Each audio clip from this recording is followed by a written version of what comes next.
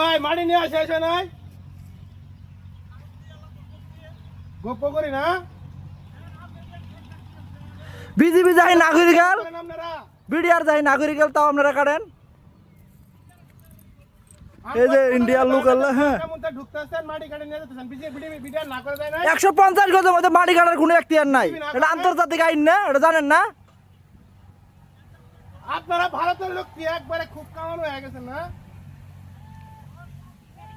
150 গজের মধ্যে মাটি কাটার নিষেধ আছে আপনারা বিএসএফ কয় আহেন গা মাটি কাটা নাই আমরাও কাটে হাম না আমরাও কাটে হবেন না বিজেপি আছে তারপর কথা বলি তারপরে যাবেন থান নুনু থান কিন্তু মাটি কাটা কারোরই নাই আঙ্গুর কাটে হাম না আমরাও কাটে হবেন না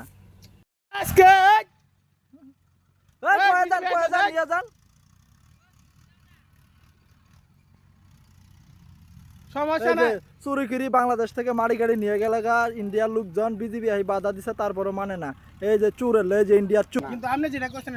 কিন্তু গাড়িটা নিয়ে আসলো বিজেপি যেমন এই যে বিজেপির লোক